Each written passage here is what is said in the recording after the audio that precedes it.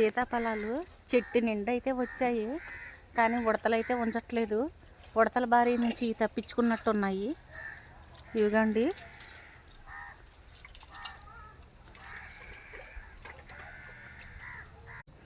ఈ మందార పువ్వు మంచి కలరు, చాలా బాగుంది, నాకు బాగా నచ్చింది. కొన్ని చోట ఈ మొక్క చూసి ఈ కొమ్మలు తీసుకొచ్చి నేను పెట్టాను, పెడితే బతకలేదు. తర్వాత నర్సరీ నుంచి నేను తీసుకొచ్చాను. ఇప్పుడైతే పూలు పూస్తున్నాయి.